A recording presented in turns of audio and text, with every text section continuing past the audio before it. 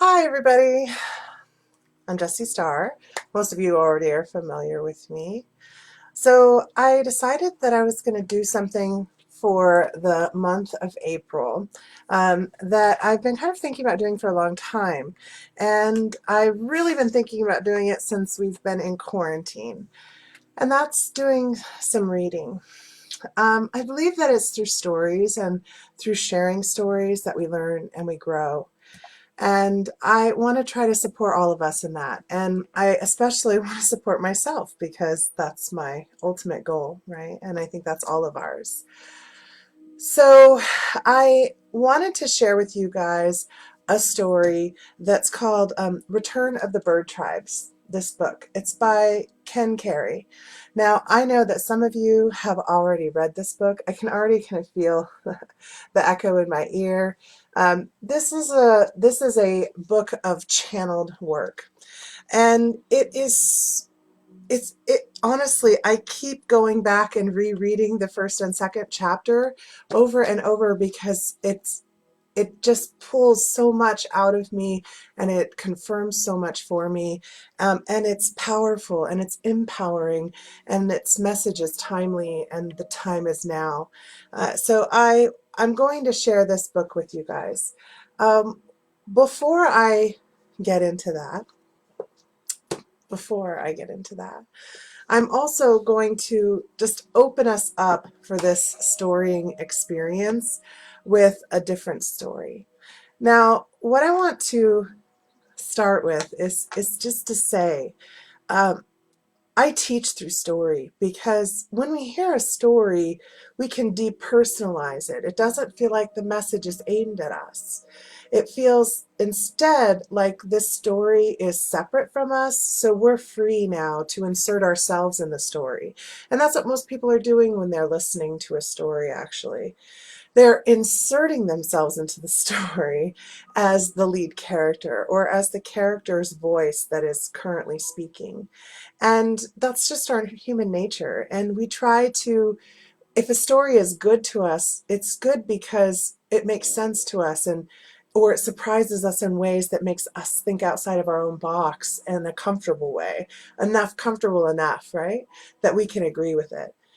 So I wanted to start with an early development story, right? I was going to read to you guys a few stories out of this book. And this was a book that I used to read a lot to my son when he was little. It's called The Sneetches by Dr. Seuss. And I'm going to read these stories because these, to me, this is how I want to open their story time. And I'm just going to warn you as I read these stories, I have read them so many times to my son. I have voices for them and I can't help myself. So bear with me. But the message is really important. And I think it's perfect to take this message and carry it into the bird tribes. So that's what I'm going to be doing for the next half hour, 45 minutes or so is reading. If you want to listen along and you want to join in and you want to have a story told to you while you're cooking dinner or driving home or just, you know, decompressing after your day at work at home, let me offer some stories to you. So that's what I'm going to be doing for the next month around 6, usually between 6 and 6:30. I'll be coming on live and reading to you guys, predominantly out of this. But for tonight, we're going to read out of this, and then we're going to read the introduction to the bird tribes. Here we go. The first story in this book that I'm going to read actually is called The Zaxes. And it's one of my favorites. And oftentimes I quote this story to people. So I'm going to hold the story up in such a way I hope you guys can see the pictures, right? Let's see. There we go. All right. The Zaxes by Dr. Seuss. One day, let's see, there we go. One day making tracks in the prairie of Pax came a north-going Zax and a south-going Zax. And it happened that both of them came to a place where they bumped. There they stood, foot to foot, face to face. Look here now, the north-going Zax said. I say you're blocking my path. You're right in my way. I'm a north-going Zax, and I always go north. Get out of my way now, and let me go forth. You see them? See how angry they are? Look at that. So rude and stubborn. Who's in whose way? Snapped the south-going Zax. I always go south, making south-going tracks, so you're in my way. And I ask you to move and let me go south in my south-going groove.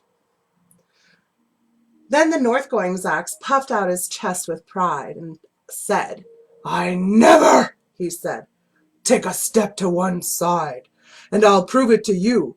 I won't change my ways if I have to keep standing here for 59 days. And I'll prove to you, yelled the south-going Zax, that I can stand here for 59 years, for I live by a rule that I learned in south-going school. Never budge. That's my rule. Never budge in the least, not an inch from the west, not an inch to the east. I'll stay here not budging, I can and I will, if it makes you and me and the whole world stand still. Well, of course, let's see if I can show you guys. Here we go. The world didn't stand still. No, the world grew, and in a couple of years, a new highway came through, and they built it right there over those two stubborn Zaxes, and they left them standing right there, unbudged in their tracks. So the next story I'm going to read to you is the Starbelly Sneetches. This is what this cover story is, Starbelly Sneetches. See the Sneetches? I've been shocked how many of my friends have never heard these stories. Truly. Okay, let's see. Now, the Starbelly Sneetches had bellies with stars. The plain bellies had none upon theirs. Those stars weren't so big. They really were so small. You might think such a thing wouldn't matter at all. But because they had stars, all the Starbelly Sneetches would brag. We're the best kind of Sneetches on the beaches, and with their snoots in the air, they would sniff and they'd snort. We'll have nothing to do with the plain belly sort. And wherever they met some, when they were out walking, they'd hike right on past them without even talking. When the Starbelly children went out to play ball, could a plain belly get in on the game?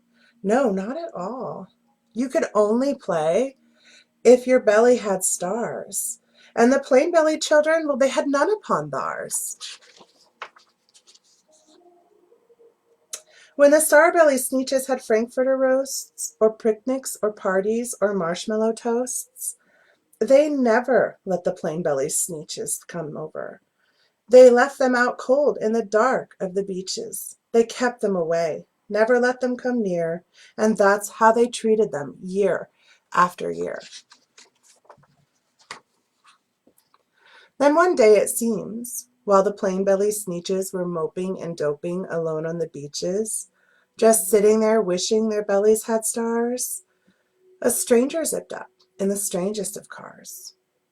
My friends, he announced in a voice clear and keen, my name is Sylvester McMonkey McBean, and I've heard of your troubles. I've heard you're unhappy, but I can fix that. I'm the fix-it-up chappie.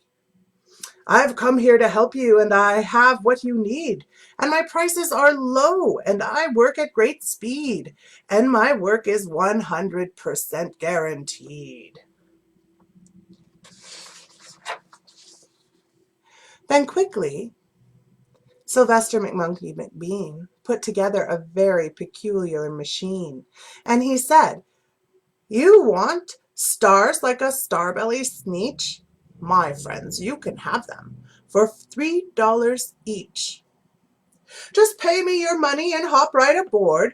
So they clambered inside, and then the big machine roared, and it clonked, and it bonked, and it jerked, and it burked, and it bopped them about, but the thing really worked.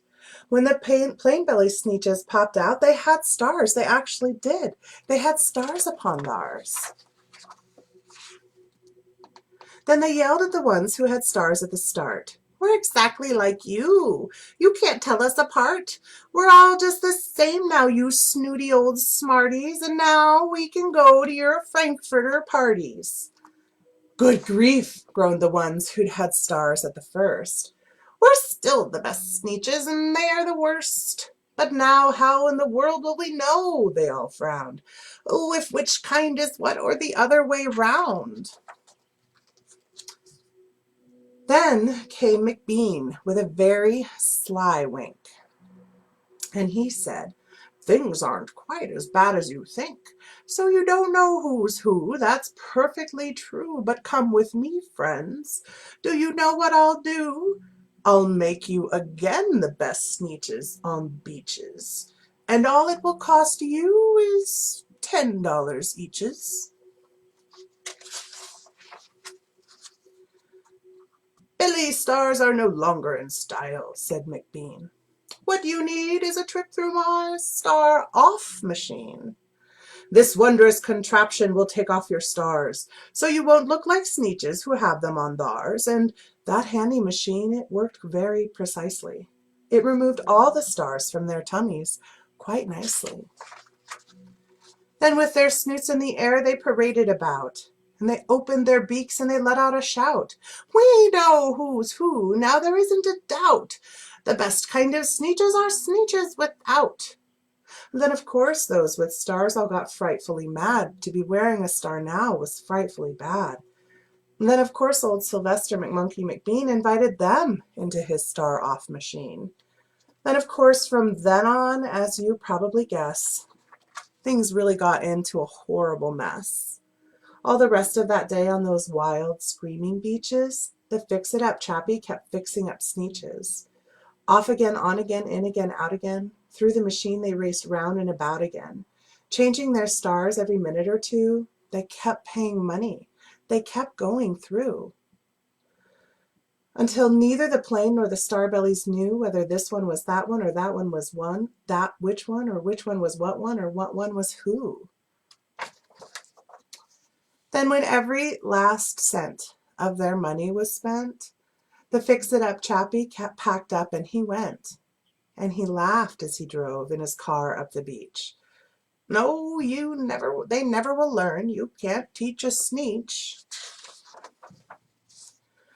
But McBean was quite wrong, I'm quite happy to say, that Sneetches got really quite smart on that day. The day that they decided that Sneetches are Sneetches, and no kind of Sneetch is the best on the beaches. That day all the Sneetches forgot about stars and whether or not they had one upon theirs. How many of you know why I'm reading these stories? So the last one that I'm going to read is What Was I Scared Of? And so many of us right now are going through fear. So I again bring us back to Dr. Seuss. He's got such wisdom, and I just absolutely love this story. So, well, I was walking in the night, and I saw nothing scary. For I've never been afraid of anything, not very. Then I was deep within the woods, when suddenly I spied them.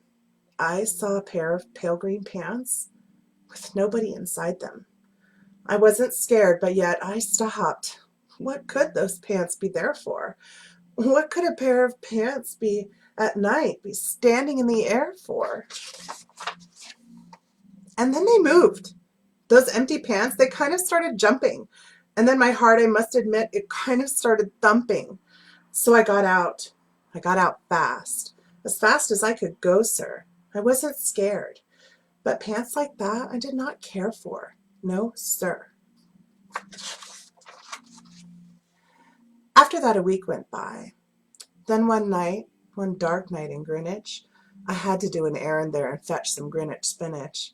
Well, I had fetched the spinach, and I was starting back through town when those pants raced round a corner, and they almost knocked me down. I lost my Greenwich spinach, but I didn't even care. I ran for home. Believe me, I had really had a scare. Now, bicycles were never made for pale green pants to ride them, especially spooky pale green pants with nobody inside them. And the next night, I was fishing for Dow trout on River River when those pants came rowing toward me. Well, I started in to shiver. And by now I was so afraid that I'll tell you, but I hate to. I screamed and rode away and lost my hook and line and bait too. I ran and found myself a brickle bush. I hid myself away. I got brickles in my britches, but I stayed there anyway. I stayed all night and the next night too. I'd be there still, no doubt. But I had to do an errand, so the next night I went out. I had to do an errand, had to pick a peck of snide in a dark and gloomy snide field that was almost 9 miles wide. I said, I do not fear those pants with nobody inside them. I said and said and said those words. I said them, but I lied them. Then I reached inside the snide bush, and the next thing that I knew, I felt my hand touch someone, and I bet that you know who. And there I was, caught in the snide, and in that dreadful place, those spooky empty pants and I were standing face to face. I yelled for help, I screamed, I shrieked, I howled, I yowled, I cried. Oh, save me from those pale green pants with nobody inside.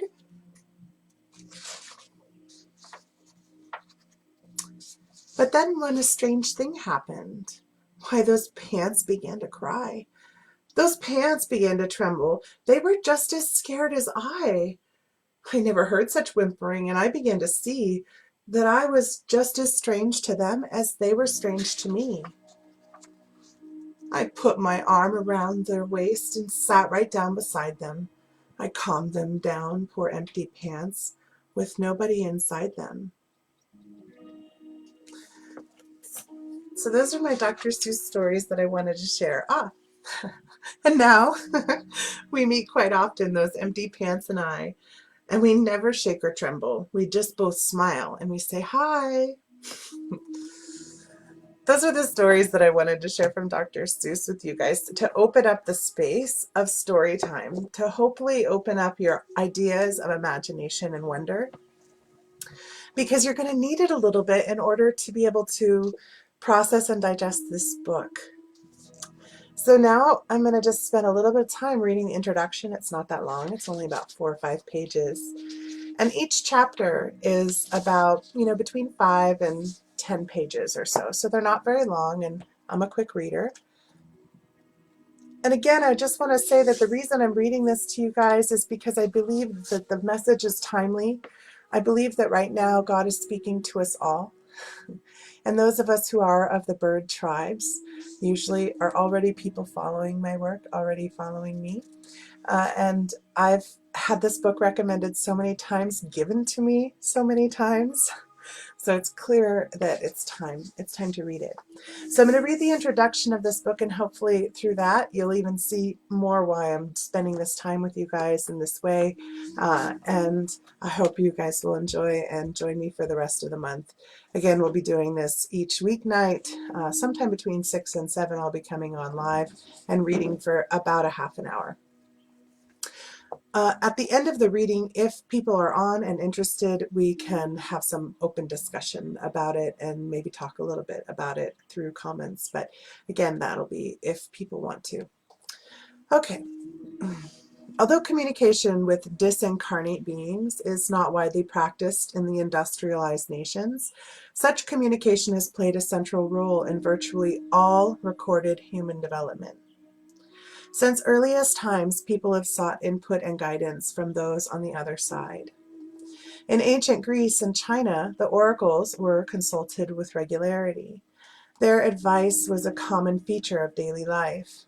From the Bering Straits to Tierra del Fuego, Native American tribes honored and revered the spirits of unseen ones. Both the Old and New Testaments contain passages dedicated by beings without physical form. Human history, recent and ancient, provides countless instances of poets, saints, mystics, even statesmen and scientists who've experienced significant encounters with metaphysical beings of one sort or another. Today, with increasing regularity, channeled messages from spirits beings are filtering into the media of new informed society, appearing in new movies, articles, books, videos, television documentaries, and interviews. And the explosion of interest in channeling shows no sign of abating in the near future. While in general, I see this new wave of metaphysical input as a positive development, discernment of the value or accuracy of any particular source remains vitally important. One should never allow outside input, physical or metaphysical, to replace one's own better judgment, or assume that such input has any more validity than one's own firsthand experience. Genuine spirit information helps to broaden and deepen one's experience of this miraculous and largely unexplored universe. It never asks that one's own experience be put aside in favor of another's belief or ideology. My own ability to access spirit world information did not develop until toward the end of a 7-year period during which my family and I lived in close proximity to the earth, tending an orchard, milking a cow, growing and preserving most of our own food, and providing for as many of our needs as was practical. During these 7 years, which we humorously refer to as our media fast, we lived without television, radio, newspapers, or magazines. The news we received came from Earth, from the gentle passage of her seasons, and from the people around us. We had no electricity or plumbing.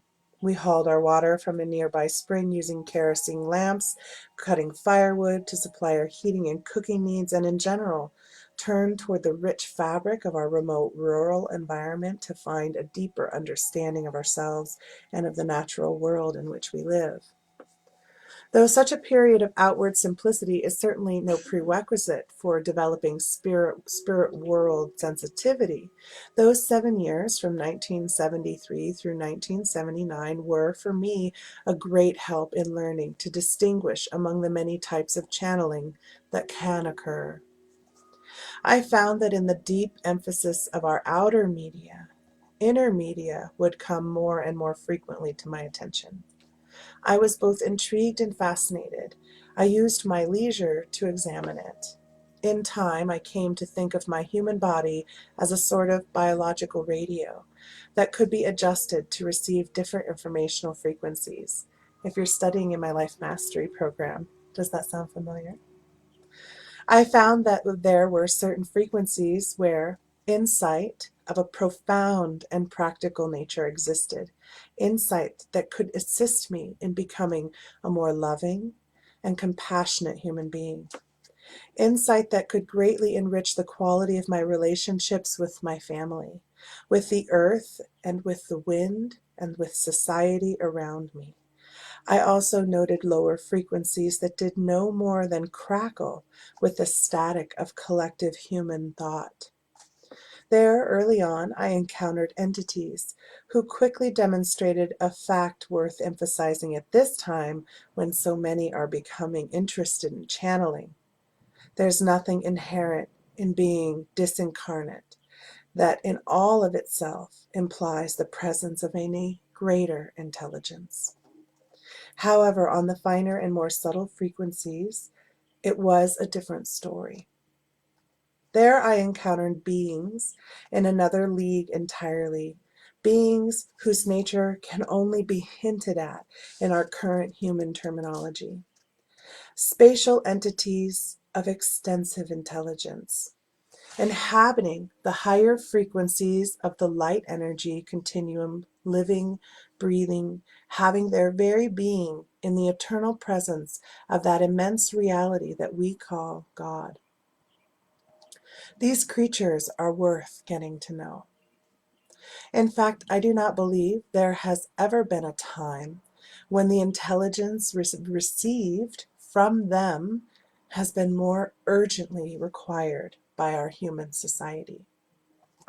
As our present generation juggles the multiple challenges of economic instability, nuclear weapons, and AIDS as an epidemic, by the way, this was written in the 1980s, we're still struggling. The deterioration of the environment and numerous crises, both present and pending, the thoughts, ideas, and perspectives of these eternal beings can assist us in viewing our world through eyes less encumbered. Communication with them can be an important catalyst in the evocation of a new kind of prehistorical thinking, thinking that instead of perpetuating problems, we reveal solutions. It does not require Sherlock Holmes to note that our problems are rooted in our methods of thinking, and our thinking itself is rooted in assumptions so archaic it is doubtful whether they have received any critical evaluation since the last ice age. The problem of an analogous acorn society would not, in the end, be resolved by improving acorn methods of thinking, but by the beautiful and terrible bursting asunder that unleashes the magnificent power of the impact of the oak. The lens through which we human beings view reality has been locked into myopic focus for so long it has rusted into place. My son wrote a spoken word poem where he said his eyes were like rusted doors. We tended to view the physical through the physical, forgetting the spiritual and the eternal. With eyes caught in a tangle of revered cobwebs, we rarely notice even a single tree. The forest, for most of us, has become but a legend. Brushing the cobwebs from our eyes and stepping back a few paces into the clearing of a larger consciousness may prove to be more than just a perpetual exercise. Our future, our children's future, the very quality of life on earth may now depend upon precisely such expanded understanding of the world around us. Given our present cultural biases, the initial attainment of such an expanded view of things would be about as likely as pulling ourselves up with our own bootstraps, were it not for the fact that we do have some help. During these past decade, a growing number of people have had encounters with these beings of spirit world that Western world tradition rather simplistically refers to as angels. I've noticed, as have others, that these beings are not all of one type, but rather they belong to numerous tribes or families, each group having its own purpose and distinct sphere of activity. We call them the offices of the angels. Certain in the angelic tribes, for example, rarely interact with the earth or her inhabitants. Others have been intimately involved with this planet from her inception, being in fact the agents and overseers of her organic development. Within the second category of angels, long associated with biological life, is a highly specialized circle of beings who are responsible for the education of humankind. While these entities, who have been known on a rare occasion to take human form, clearly have long-term purposes of a more general nature, their immediate goal is the freeing of our race from what they have termed the spell of matter. That's what we are in, quote unquote, the spell of matter. During the winter of 1986 through 1987, I was involved in a particularly significant series of encounters with entities of this kind. With but a few exceptions, these encounters took the form of tape-recorded dialogue sessions that were later transcribed by my life partner, Sherry. From those written transcriptions, I've selected key passages which are now present in this book.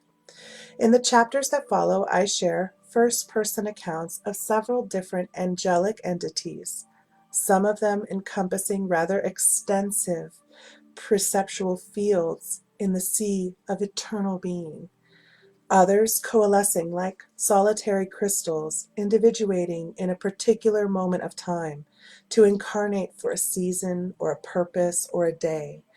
On occasion, these individual identities offer highly specific memories and perspectives, but all of these perspectives spring ultimately from the same source. Each of them views the whole from a different point along the circumference of the great medicine wheel of eternal being. This morning when I pulled cards, I pulled the wheel. They speak of the unique role of this earth in galactic development, of the purpose of a human presence on this world, of the rebellion of the warrior tribes, of the role of the Americas, and they speak of their own angelic behind-the-scenes engineering as they have worked for millennia beneath the surface of human events, patiently drawing our race toward the very times in which we now are living. Through their varying accounts of past human history, present movement, insight, and events yet to come, their perspectives combine to reveal a meaningful and exciting new understanding of our current global situation. One of the most interesting features of my work with these particular entities has been their ability to evoke vivid recollections of past events. In my earlier encounters, as recorded in the star seed transmissions, such a strong emphasis was placed on the importance of my attention being in the present moment, that this apparent focus upon the past initially took me by surprise. For some reason, I had never thought of angels possessing the quality of memory. And time travel? I had assumed it belonged only to the realm of fiction. Yet when I first relaxed into the electric presence of the great being who narrates the early chapters of this book and began to blend with it in a shared field of luminous perception, I was struck with what first appeared as a stark incongruity. In the acceptance of the present moment, nature of its timeless spirit, I found that I share its understanding of the past. I could view events of long ago as if I were watching from extraordinarily lifelike holograms. How many of you have this experience? Time becomes irrelevant, right? As we remember all of ourselves. Relaxation into the presence of this angelic awareness had brought me into contact with what appeared to be a sort of collective memory, a detailed living record of human knowledge and experience. For me, this was a first. After some initial hesitation due primarily to amazement, I decided to take the plunge. I let go, and I opened myself fully to the experience of blending with the angels. I relaxed in deep inner communion with this powerful field of awareness. Together, we became one with the being whose unfoldment has become this universe. After a time of resting in the presence of that immense love, we swam out, as it were, to experience certain of the dimensional manifestations of that love. As we swam out, as it were, to experience certain of the dimensional manifestations of that love as they appeared on a particular afternoon of a time now past, but strangely present in the moment of my viewing. Pictures began to take shape around me. At first they were blurred and indistinct, but gradually they came into focus. Incredulous, I watched as a dark-skinned figure in flaming headdress walked slowly over the crest of a hill. a sea of prairie grass waving gently around him in the sunlight of the late afternoon. I felt as if I knew him, even as I knew the blue-coated soldiers toward whom he was slowly walking, arms extended in a gesture of peace. In my mind a voice spoke. Love, like energy, it said, cannot be destroyed. Wherever love has found its way into dimensional expression, it leaves emotional alterations in the texture of the universe, traces like multicolored etchings in the ethers.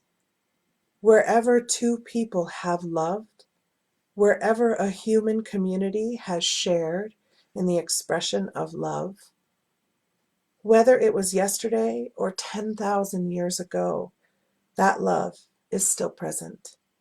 It can still be experienced. Events can be reconstructed from the impressions of love.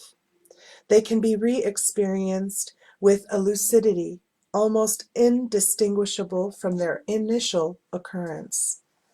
When open for you, we open for you this window into an earlier moment that you might fully appreciate the long centuries of preparation that have provided the context for your modern world.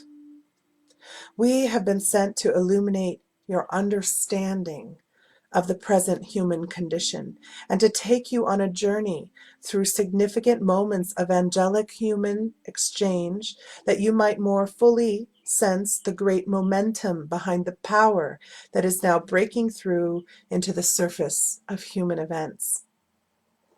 When you understand the past as we do, you will understand the inevitability and immenseness of the Creator's awakening in the human family. You will be in a position to more fully cooperate with the Great Spirit's purpose, for you will at last recognize them as your own. So began these communications. Like a song, through my window they came, pure tones on the wind, currents of awareness from a less familiar part of the realm. I welcomed them. I had no struggle with this material, no strain. I made no effort to understand, to remember, to believe, or to disbelieve. When the communications were over, what belonged with me remained. What did not was nowhere to be found. The purpose of these printed thoughts is to connect those who read them with the source from which they flow, and the home to which they are called. Ken Carey, Greenwood Forest, February 1988. That's 32 years ago. February, last month. Tomorrow we'll read chapter 1. I don't really even know how to see if there are any comments or whatever as I do this live on Facebook, so I'm just going to say thank you, and I'll respond to comments in the commentary below. And if you enjoyed listening to me reading and you'd like to hear more of this, I'll be back tomorrow. Bye.